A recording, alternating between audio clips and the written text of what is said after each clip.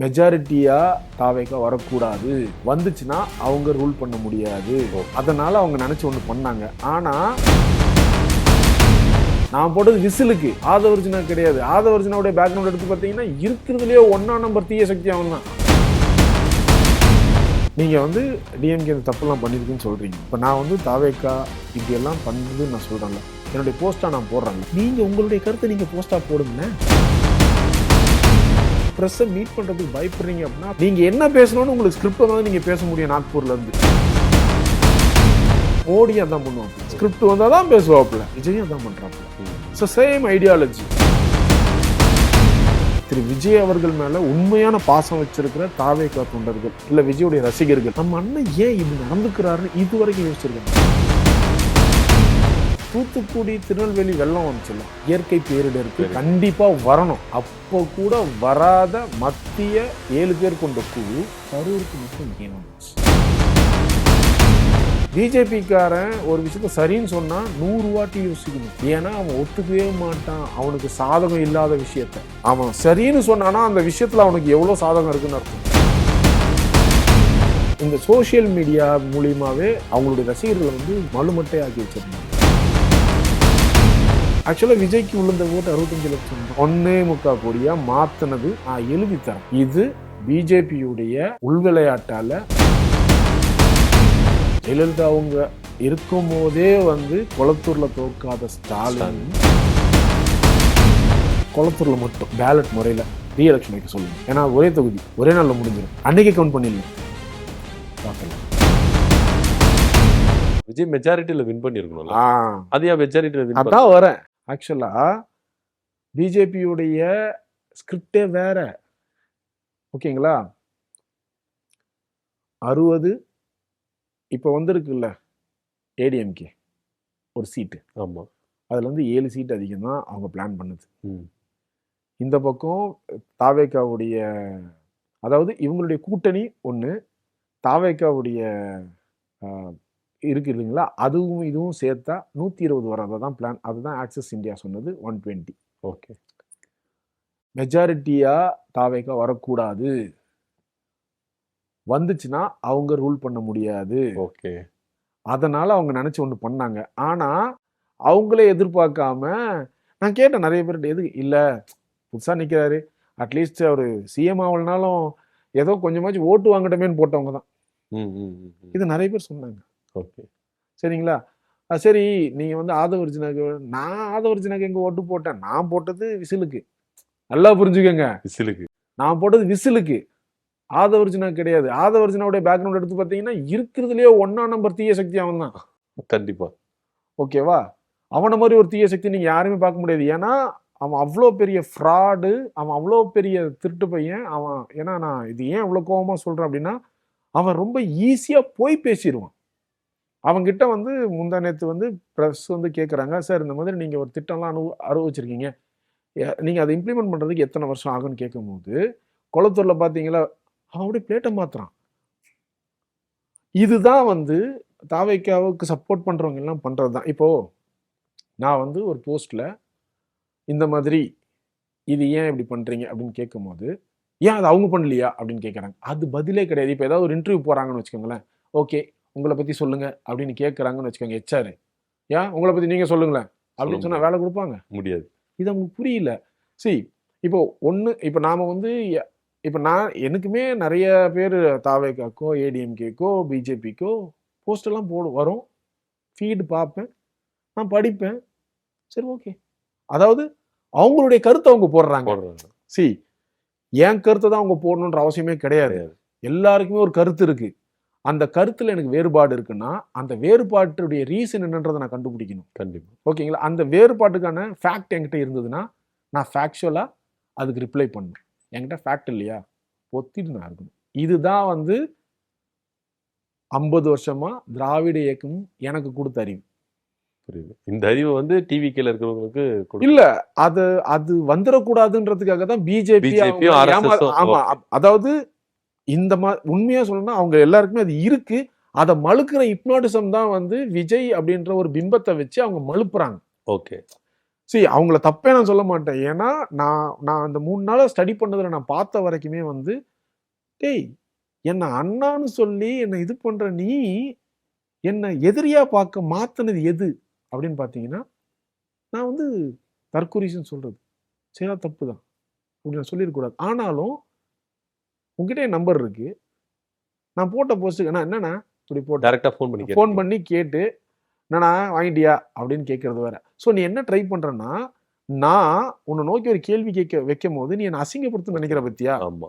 அதுதான் அவங்களுடைய தாட்டா இருக்கு. ஓகே. சரிங்களா? அதுக்கப்புறம் அவங்க என்ன பண்றாங்க அப்படின்னா, எனக்கு தெரிஞ்ச இன்னொருத்தர் வந்து நான் நேத்து ஒருத்தர் வந்து இந்த நான் முதல்வன் பத்தி ஒரு விஷயம் போட்டிருந்தாரு. அதுல ரொம்ப தெளிவா சொல்லிருக்கு. நான் முதல்வன் மூலியமா நிறைய ஸ்கில்டு கோர்சஸ் பண்ணி அந்த கோர்சஸ்க்கு சர்டிபிகேட் வாங்குறது பசங்களுக்கு ரொம்ப யூஸ்ஃபுல்லா இருக்குன்ற. என் போஸ்ட் எல்லாத்தையும் வாட்ஸ்அப்ல பாக்குறவரு, ஜி நீங்க இது சொல்றது தப்பு ஜி அப்படின்னு வாய்ஸ் நோட் அனுப்பிச்சாரு. நானே வந்து நான் முதல்வனுக்கு வந்து 20,000 ரூபாய் வாங்கி பொய்யா இன்ஃப்ளூயன்ஸ் பண்ணேன் ஜி அப்படின்னு சொன்னார். நான் உடனே சொன்னேன், ஓகே ஒன்றும் பிரச்சனை இல்லைங்க, நீங்க பொய்யா இன்ஃப்ளூயன்ஸ் பண்ணீங்கல்ல, அதை எனக்கு வந்து வீடியோவாக அனுப்புங்க, நான் அதையும் ஷேர் பண்ணுறேன் அப்படின்னு.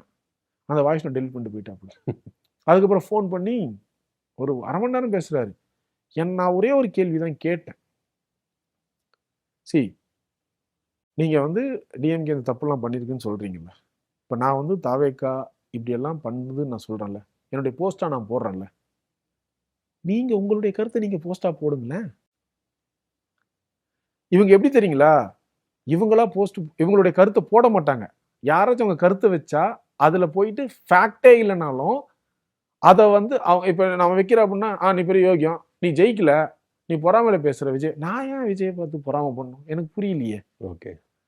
இவங்களுடைய மைண்ட் செட்லயே அவங்க இருக்காங்க. நீ டிஎம்கேக்கு வந்து சொம்பு தூக்குற, நீ வந்து ஊப்பி என்ன வேணா சொல்லிக்க, எனக்கு பிரச்சனையே கிடையாது. ஏன்னா அது நான் கிடையாது. ஏன்னா எங்க சார் சொல்லியிருக்காரு. என்ன சொல்லியிருக்காருன்னா, இப்போ ஒருத்தவங்க வந்து ஒரு எக்ஸாம்பிளே அவர் சொல்லியிருக்காரு. ஒரு லேடி வந்து 2 லேடி வந்து கொலாடியில சண்டை போட்டுக்கிறாங்க. அவங்க கேவலமா பேசுறாங்க. இவங்க என்ன பண்றாங்கன்னா, அதுக்கு அப்படியே ஆப்போசிட்டா பேசுறாங்க. இப்போ ஃபார் எக்ஸாம்பிள் வந்து நீ சாக்கடை தண்ணியை குடிக்க, நீ தண்ணியை குடிக்க, நீ வந்து இப்படி குடிக்க, அப்படி அவங்க நீ ஹார்லிக்ஸ் குடிக்க, நீ பூஸ்ட் குடிக்கன்னு அவங்க சொல்லியிருக்காங்க. இவங்க கேட்குறாங்க, என்னம்மா நீ வந்து அது உன்னை அவ்வளோ திட்டுது. ஏம்மா அவங்க குடிச்சத அவங்களுக்கு தெரிஞ்சதை அவங்க சொல்றாங்க, எனக்கு தெரிஞ்சதை நான் சொல்றேன். எனக்கு இதுதான் தெரியுது. அது தெரியல. ஏன்னா அது எனக்கு எக்ஸ்பீரியன்ஸ் கிடையாது. அதனால அவங்க எக்ஸ்பீரியன்ஸ் ஆனதை அவங்க சொல்றாங்க. ஸோ இப்போ எல்லாருமே வந்து நீ வந்து ஊப்பி, நீ ஜெயிச்சிட்டியா, நீ பொறாமையில இருக்க. பொறாமையில இருக்கிறவன் இப்படி போட மாட்டான் போஸ்ட், மொட்டையா போடுவான். இப்போ நீங்க போடுறீங்கல்ல, அந்த மாதிரி தான் ரிப்ளை பண்ணுவான். இப்படி கிடையாதுன்றது அவங்களுக்கு புரிய மாட்டேங்குது. அவங்க பாட்டு கத்திட்டே இருப்பாங்க. அப்பதான் எங்க சார் சொன்னது இருக்கு, இப்போ நீ பைக்ல போற நாய் துரத்துது அப்படின்னா, அந்த நாய்க்காக நீ நின்று பேசிட்டு இருந்தேன்னு வச்சுக்கேன், நீ போற இடத்துக்கு போக முடியாது.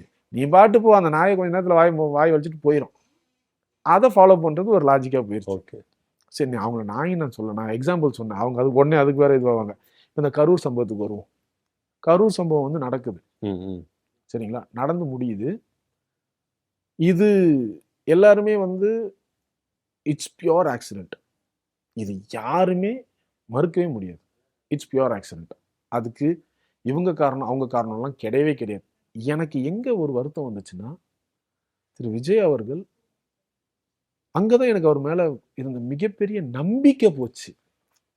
தாவேகா வரும்போது கூட சரி, ஒரு புது கட்சி வருது, சரி அவங்களுடைய எலெக்ஷன் ஓட்டு நாளைக்குன்னா கடைசி நாள் வரைக்கும் எப்படி இவர் கொண்டு போறாரு அதை பார்த்து நம்ம டிசைட் பண்ணலாம்னு நினைச்சவன் நான். ஓகே. கரூர் சம்பவத்துல அவர் பேசாம போயிடுனது இருக்குல்ல, இந்த ப்ரெஸ்ஸை அங்க கேஸ் நடக்கும், கரெக்ட், அக்செப்டட். இப்போ வரைக்குமே என் கேள்வி, கேஸ் நடக்கும், அவர் ஏன் திரும்பி போல, அதெல்லாம் அப்புறம். ப்ரெஸ்ஸை பார்த்துட்டு நீங்க 3 நாள் கழிச்சு ஒரு வீடியோ ஒன்று போட்டீங்கல்ல, அதை கூட ஏன் நீங்க ப்ரெஸ்ஸை பார்த்துட்டு அங்கே சொல்லலை அப்படின்னு நான் எனக்கு ஃபோன் பண்ணவர்கிட்ட சொல்லும் போது, ப்ரெஸ் வந்து அவர் ஏதோ ஒரு வார்த்தையை விட்டு அதை வச்சு இது பண்ணுவாங்க. அது உனக்கு தேவையே இல்லை. நான் சொல்ல வேண்டியதை நீங்க சொல்லிட்டு போயிட்டே இருக்கலாம். அப்ப நீங்க ஏன் வந்து ப்ரெஸ்ஸை மீட் பண்றதுக்கு பயப்படுறீங்க அப்படின்னா, அப்போ ஏன்னா நீங்க என்ன பேசணும்னு உங்களுக்கு ஸ்கிரிப்ட் வந்தாலும் நீங்க பேச முடியும் நாக்பூர்ல இருந்து. ஏன் இதே தான் நீங்க வந்தீங்கன்னா மோடி அதான் பண்ணுவாப்புல, ஸ்கிரிப்ட் வந்தா பேசுவாங்க, ஸ்கிரிப்ட் வந்தாதான் பேசுவாப்புல. விஜயும் அதான் பண்றாப்புல. Same ideology. ஓகே. ஆளுங்க தான் வேற. ஆளுங்க வேற, லாங்குவேஜ் வேற. பட் ஆனா ஐடியாலஜி ஒண்ணுதான், அப்ரோச் ஒண்ணுதான், ஆக்டிவிட்டி ஒண்ணுதான். இதே வந்து இவங்க எல்லாருமே யாராச்சும் அதாவது தாவேக்காவை இது பண்றவங்களே இவங்க எல்லாருமே அண்ணா இந்த மாதிரி எல்லாருமே எங்களை ரொம்ப உங்க தலைவர் வந்து ப்ரெஸ் மீட்டே கொடுக்க மாட்டார். ஒரே ஒரு ப்ரெஸ் மீட் கொடுத்தீங்கன்னா நாங்க வந்து அதை கெத்தா பேசலாம்னு யாராச்சும் ஒருத்தர் சொல்லுங்களேன். இவங்க அவரை பிரிட்டன் பண்றேன் காப்பாத்துறேன்னு நினைச்சு அவரை இன்னும் பள்ளத்துல தள்ளி விட்டுக்கிட்டு இருக்காங்க. இப்போ ஒரு சில வீடியோலாம் பார்ப்பீங்க, ஒருத்தன் ஒரு குழந்தைய கடத்திட்டு போவான், அந்த குழந்தை கூட போயின்னு தான் இருக்கும், ஆனா அது ஒரு சிக்னல் ஒன்று காமிக்கிறதுக்கு அதுக்கு ஒரு ஸ்பேஸ் ஒன்று கிடைக்கணும். கண்டிப்பா அவங்க ஏன் ப்ரெஸ் மீட் கொடுக்க விடாம பண்றாங்க இன்னைக்கு வரைக்கும் யாராச்சும் யோசிச்சிருக்கீங்களா? இல்ல. மேபி ஏன் அவர் 6 மணிக்குள்ள போறாரு, ஏன் அவர் வந்து கோயிலுக்கு இத்தனை வருஷமா போவாதது திருச்செந்தூருக்கு ஏன் போறாரு, அவர் ஏன் சர்ச்சுக்கு போயிட்டு முட்டிக்கால் போறாரு, அதுவும் பவன் கல்யாண் பண்றதே ஏன் அவர் பண்றாரு? உண்மையாலுமே திரு விஜய் அவர்கள் மேல உண்மையான பாசம் வச்சிருக்கிற தாவேகா தொண்டர்கள் இல்ல விஜயுடைய ரசிகர்கள், ஓகேவா, நம்ம அண்ணன் ஏன் இப்படி நடந்துக்கிறாருன்னு இது வரைக்கும் யோசிச்சிருக்காங்களா? அப்படி யோசிக்கணும்னா அப்புறம் அவங்க வச்சிருக்கிற அன்பு மேல எது உண்மையான அன்பு? இங்க என்ன தெரியுங்களா, மாப் மென்டாலிட்டி. இந்த மாப் மென்டாலிட்டி என்னன்னா, நான் விஜய்க்கு இல்லைன்னா டிவிகேக்கு ஓட்டு போட்டதை பிராண்டா சொல்லுவேன்னு சொல்லிட்டு அந்த கெத்துக்கு ஓட்டு போட்டவங்க தான் இங்க முக்காவாசி பேர். ஓகே, அந்த கெத்துக்கு ஓட்டு போட்டவங்க தான்.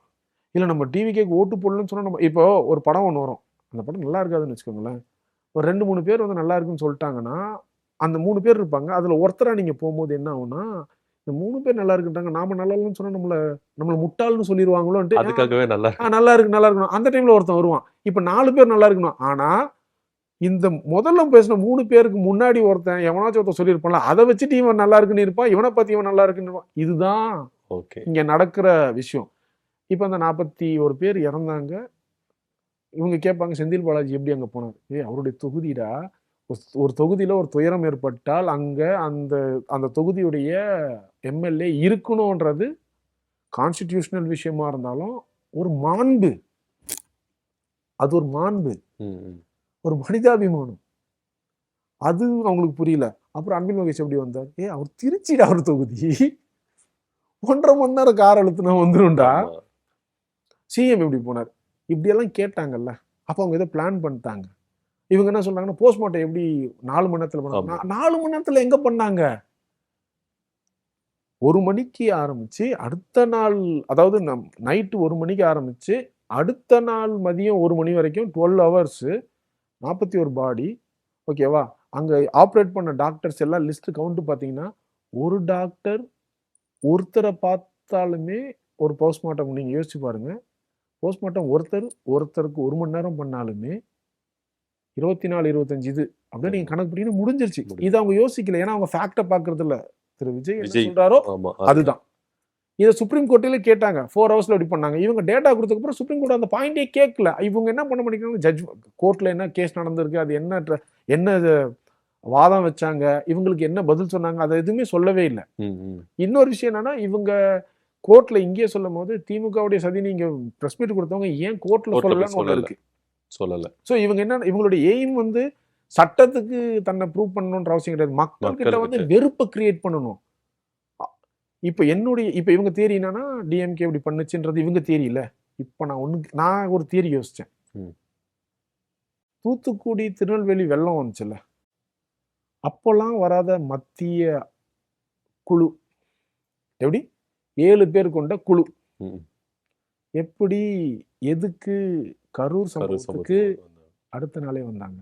அது ஸ்பீடா அடுத்த நாள். இப்ப நீங்க வந்து எப்படி ஸ்பீடா போஸ்ட்மார்ட்டம் பண்ணீங்கன்னு கேள்வி கேட்குறீங்க இல்லையா, அதுக்கு நாங்க வந்து கண்டென்ட்டா பதில் சொல்லிட்டோம். 4 மணி நேரத்துல பண்ணலப்பா, 13 மணி நேரம் ஆச்சுப்பா, இத்தனை டாக்டர் வச்சு பண்ணாங்கப்பா அப்படின்னு சொல்லியாச்சு. இப்ப ஏன் கேள்வி என்னன்னா,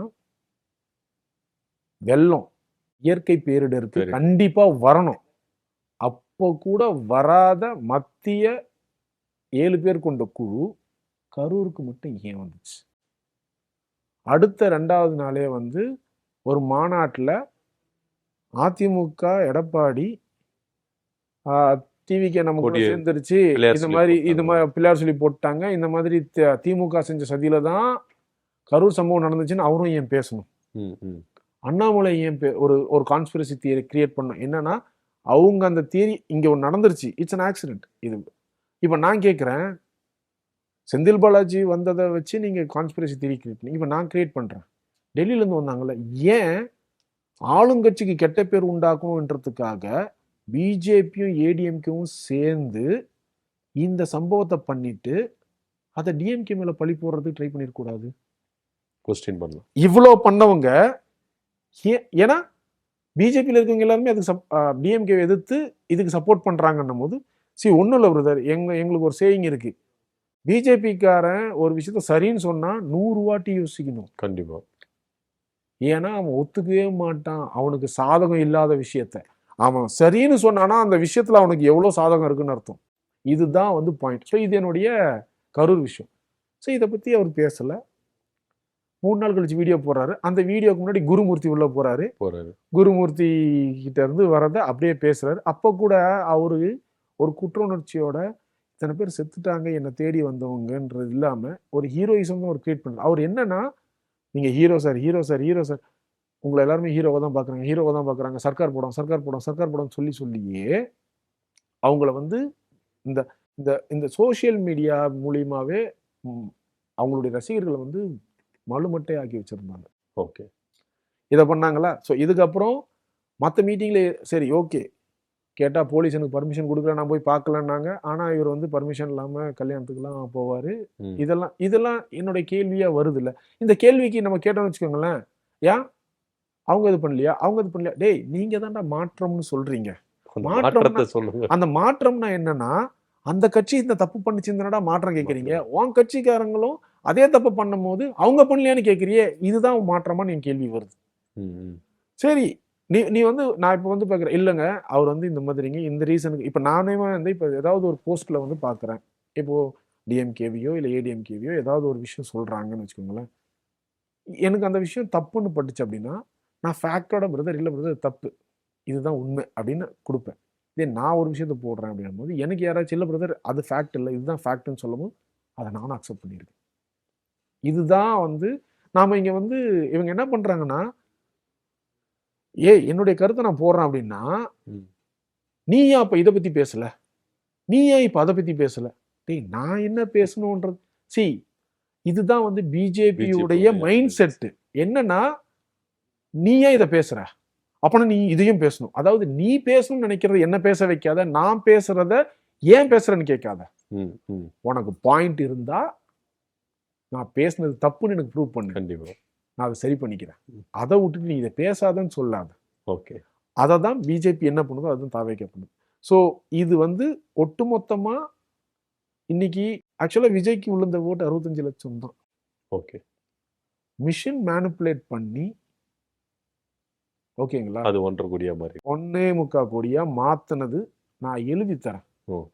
இது பிஜேபியுடைய உள்விளையாட்டால மிஷினால மாத்தப்பட்டது. ஏன்னா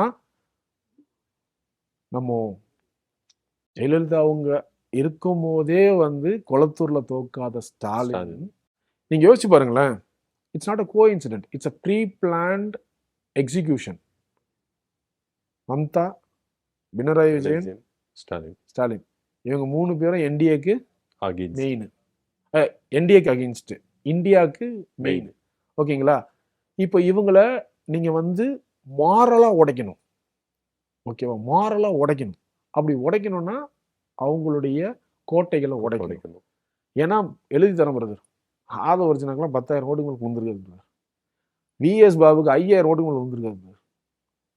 எழுதி தரம் வேணா, இவிஎம் மிஷின் இல்லாம சென்னை தொகுதி முழுக்க பேலட் முறையில் லைவா 16 தொகுதியில் எலெக்ஷனுக்கு சொல்றீங்களா? பார்ப்போமா பேலட் முறையில்? சரி வேணாம், கொளத்தூர்ல மட்டும் பேலட் முறையில் ரீஎலெக்ஷன் வைக்க சொல்லுங்க. ஏன்னா ஒரே தொகுதி ஒரே நாளில் முடிஞ்சிடும், அன்னைக்கு கவுண்ட் பண்ணிடலாம், பார்த்துடலாம். அப்போ நீங்க ஒருவேளை அந்த பேலட் இதுலயும் ஸ்டாலின் தோத்துருந்தார் அப்படின்னா இவங்களுடைய இவிஎம் மிஷினுடைய ஓட்டிங் கரெக்ட். அப்படி தோக்கலன்னா இவிஎம் மிஷின் ஃபுல்லாவே ஃப்ராடு. எப்படி ப்ரூவ் பண்ணுவேன்னு கேட்குறாங்கல்ல, டெக்னிக்கலா ப்ரூவ் பண்ண முடியும்னு எவ்வளவு பேர் சொல்லிட்டாங்க. கண்டிப்பா. சரி, ஓகே, டெக்னிக்கலா விட்டுருங்க. அவ்வளவு தைரியம் இருக்குல்ல, அவ்வளவு தைரியம் இருக்குல்ல, நீங்க தான் வந்து ஓட்டு வாங்கி தான் ஜெயிச்சீங்கன்னு இருக்குல்ல. நான் சேலஞ்ச் வைக்கிறேன். கொளத்தூர் தொகுதியில் அதே கேண்டிடேட்ஸ் போட்டிக்கு வந்து அதே கேண்டிடேட்ஸ் வைங்க, பேலட் முறையில் வைங்க. 24 hours சுத்தி கேமரா. எப்படி டிஎம்கே காரங்களே நினைச்சாலும் கள்ள ஓட்டு போட முடியாத அளவு. ஏன்னா இவங்க என்ன சொல்லுவாங்க, பேலட் வச்சா கள்ள ஓட்டு. எப்பா அதுல விழுந்ததுதான்ப்பா நல்ல ஓட்டு, இவிஎம்ல விழுறதுதான்ப்பா கள்ள ஓட்டு. ஓகேங்களா? இது இப்ப இந்த மைனாரிட்டியில விஜயை வச்சுக்கணும். வச்சுட்டு இப்போ நேற்று ஒரு கேம் நடந்துச்சுல்ல, ஆக்சுவலா அவங்க என்ன நினைச்சாங்கன்னா, விஜய் இது வந்து ஒரு ஈக்குவலா ஏடிஎம்கேக்கு ஈக்குவலா நடந்து, அப்போ இவங்களை சப்போர்ட் பண்ணும்போது விஜய டெபுட்டியாவும் இபிஎஸ் வந்து சிஎம்மாவும் வச்சு ஒரு இது பண்ணணும். இல்ல இவரை டெபுட்டியா வச்சு இவரை சிஎம், ஏன்னா இவரை நீங்க டெபுட்டியா வச்சீங்கன்னா டிவிக்கே ஒத்துக்க மாட்டாங்க. இவரை வச்சுட்டு இவங்களுடைய இன்ஃப்ளூயன்ஸ் எல்லாமே யூஸ் பண்ண நினைச்சாங்க. இப்போ காங்கிரஸ் போன உடனே என்ன ஆகி போச்சுன்னா, பிஜேபி போட்ட பிளான்ல ஒரு சர்க்கிள். ஓகேவா? அதுல ஒரு சர்க்கிள். அப்போ அவங்க என்ன பண்றாங்கன்னா, நீங்க யோசிச்சு பாருங்க, சிஎம்னு அனௌன்ஸ் ஆகாம கான்வாய் அனுப்பவே கூடாது. ஏன் அனுப்புனாங்க? ஓகேவா? அதாவது விஜய் இது ஒரு இதுவுமே வந்து ஒரு எமோஷனல் பிளே தான். என்னன்னா, இப்போ 2 நாள் விஜய கான்வாயில பார்த்துட்டு நேத்து எதுக்கு அதை ரிட்டர்ன் எடுத்தாங்க? நிறைய பேர் இப்போ அழலாம் ஆரம்பிச்சிட்டாங்க. எடுத்தாங்க. எடுத்த உடனே என்ன ஆச்சுன்னா, ஆனா அந்த எடுத்த வீடியோவை போடுறதுக்கு முன்னாடி ஏடிஎம்கே டிஎம்கே கூட்டணி வரும் அப்படின்னு ஒரு பொய்யை ஒண்ணு கிளப்புறாங்கல்ல. இப்ப என்ன ட்ரை பண்றாங்கன்னா, இன்னும் விஜயை ரொம்ப ஸ்ட்ராங்கா மாத்தணும், அப்பதான் 31 மெஜாரிட்டி அடிக்க முடியுன்றதுக்காக விஜய் இப்ப ரீஎலெக்ஷன் வந்தாலும் விஜய் அவர்கள் மெஜாரிட்டில வர்றதுக்கு வாய்ப்புகள் இருக்குன்னு பேசிக்கிறாங்க. ஏன்னா அவங்க அந்த சிம்பத்தி கிரியேட் பண்ணி. இல்ல பிரதர், நான் ரீஎலெக்ஷன் வைங்க, பேலட்ல வைங்க பிரதர், மெஜாரிட்டி அடிக்க மாட்டேன் பிரதர். நான் சொல்றேன், இவிஎம்ல வைக்காம பேலட்ல வைங்க பிரதர். அதுக்கு எக்ஸாம்பிள் தான் குளத்துக்குள்ள வைங்க. என்ன ஓகே, நீங்க பேலட்ல வைங்க முடியாது. ஏன்னா அவங்க பிளே பண்ண பிரதர் எல்லாருமே நினைச்சுக்காங்க போட்டிருக்காங்க, ஆனா அவ்வளவு வரல பிரதர். புரியுது. இவிஎம் ஒன்றும் இல்லை, ஒரு பூத்துக்கு விஜய் சொன்னார், ஒரு கணக்கு சொல்லியிருப்பார் 225 ஓட்டுன்ட்டு. ஓகேங்களா? ஒரு பூத்துக்கு 225 ஓட்டுன்னு ஒன்று இருக்கு. அதை தாண்டி அவங்க என்ன பண்ணியிருக்காங்கன்னா, மீன் டைம் ஒரு பூத்துலையுமே வந்து 300லேருந்து 350 ஓட்டு விஜய் கூடுற மாதிரி பிளான் பண்ணியிருக்காங்க, கணக்கு போட்டு போகிறது. இந்த கணக்கை வந்து ஸ்டாலின் அவர்கள் சொன்னது தான். ஒரு பூத்துக்கு நமக்கு 325 ஓட்டு விழுந்தா போதும், நம்ம ஜெயிச்சிருவோம்னு சொன்னார்ல, அந்த ஓட்டை தான் அங்கே விழுந்திருக்கு. அவர் சொன்ன அந்த 325 ஓட்டு நீங்க கணக்கு பண்ணீங்கன்னா 1,76,00,000 வருது விஜய்க்கு விழுந்தது தான். ஸோ கணக்கு அவரே கொடுத்துட்டார், தப்பு பண்ணிட்டார். ஏன்னா அவங்களுக்கு கண்டிப்பா கணக்கு தெரிஞ்சிருக்காது. ஓகே, பார்ப்போம், பொறுத்து இருந்து பார்க்கலாம். ஏன்னா தமிழக வெற்றி கழகம் யாரு பின்னாடி இருந்து செயல்படுறா என்னன்றது ரொம்ப டீட்டெயிலா இப்ப புரியாதவங்களுக்கு கூட புரிஞ்சிருக்கும். அந்த அளவுக்கு இல்ல. எனக்கு ஒரு விஷயம் தான் பிரதர், நான் வந்து இங்க யாரையும் குறை சொல்ல வரல. இல்ல, ஆனா நம்மளை சுத்தி நான் இங்க என்ன தெரியுமா பண்றாங்க, நீங்க தாண்டா இதெல்லாம் ஜெயிக்க வச்சீங்கன்ற மாதிரி. ஆனா அவங்களுடைய, அதாவது நம்ம படம் பார்ப்போம், ஹீரோ இப்ப அடிப்பான் பாடுறான்னு நம்ம சொல்ல வைப்போம்ல, ஆனா அங்க அது நீ சொல்லலனாலும் அதான் நடக்கும். அதுதான் அது அவங்களுக்கு புரியல. இவங்க தானா பண்ண மாதிரி ஒரு விஷயத்த இது பண்ணும்போது தான் ஒரு நம்பிக்கைன்னு ஒண்ணு வந்து, இங்க என்ன தெரியுமா சொல்றாங்க, ஊழல் ஒழிஞ்சிருச்சு, பெண் சுதந்திரம் வந்துருச்சு, அப்புறம் வந்து எல்லாமே இப்படிலாம் மாறப்போகுதுன்னு சொல்றாங்கல்ல. அப்படி மாறினா சந்தோஷப்படுற ஆள்ல நானும் ஒருத்தன். ஆனா எங்களுடைய பயமே என்னன்னா, இது இன்னும் அதிகமாகும். அதாவது எல்லாமே அதாவது நம்ம இன்னும் 20-30 வருஷம் பின்னாடி போயிடுவோமோ. நாம வந்து பிஜேபிக்கு இப்பவும் சொல்றேன், திராவிட கட்சிகள் மாதிரி ஒரு போல்டான ஒரு ரூல் கொடுத்தா கண்டிப்பா மக்கள் சந்தோஷம் தான் படுவாங்க. ஆனா அப்படி கொடுக்காம மோடி பண்ணுவார்ல, ஏதோ ஒரு விஷயத்தை காமிச்சிட்டு குஜராத் மாடல் அப்படின்னு சொன்னார் இல்லையா, குஜராத்துடைய மாடல் ஜிஆர் குரோத் 20% கூட கிடையாது. ஸோ அந்த மாதிரி எதுவுமே இங்க மக்களை, ஏன்னா இவங்க எல்லாருமே ஈஸியா நம்பிடுவாங்க. ஏன்னா இதுக்கப்புறம் சொல்றேன், இவங்க எப்போ விஜய் எனக்கு பிடிக்கும், ஆனா அதை வந்து ரஜினி சாருடைய ரசிகர்களோ, கமல் சாருடைய ரசிகர்களோ, விஜயகாந்த் சாருடைய ரசிகர்களோ வந்து அவ்வளோ ரொம்ப தெளிவா என்ன பண்ணாங்கன்னா, எனக்கு அவரை பிடிக்கும், அவருக்கு ஏன் ஓட்டு போடணுன்றது வெளில இருந்து யோசிக்க ஆரம்பிச்சாங்கல்ல. அதுதான் வந்து ஒரு ஆரோக்கியமான அரசியல் இங்க இருக்கிறோம். ஏன்னா இப்ப பிஜேபி நினைச்சதுன்னா குஜராத்ல ஏற்பட்ட கலவரம் மாதிரி இங்க வெறும் 3 நாள்ல பிஜேபி கிரியேட் பண்ண முடியும். ஏன்னா விஜய்க்கு விஜய முன்னாடி வச்சு விஜய்க்கு நடக்கிற மாதிரினா இங்க இவங்க பொங்கிடுவாங்க. ஓகே. ஏன்னா அதுதான் இங்க பயமே. ஏன்னா வெஸ்ட் பெங்கால்ல இப்ப பாருங்க லெனினுடைய சிலையுடைய தலை உடைச்சிராங்க எல்லாமே. கேரளால அந்த மாதிரி இங்க தமிழ்நாட்டுல இப்போ இந்தியா ஃபுல்லாவே இந்த கலாச்சாரத்துல இருக்கு. இதுல தப்பிச்சது தமிழ்நாடு மட்டும்தான். அது கடைசி வரைக்கும் இருக்கணும்ன்றது தான் ஆசை. அது வந்து நான் என்ன தெரியுமா சொல்ல, டிவிகே தொண்டர்கள், விஜயுடைய ரசிகர்கள், தயவு செஞ்சு நீங்க ஓட் போட்டுட்டீங்க.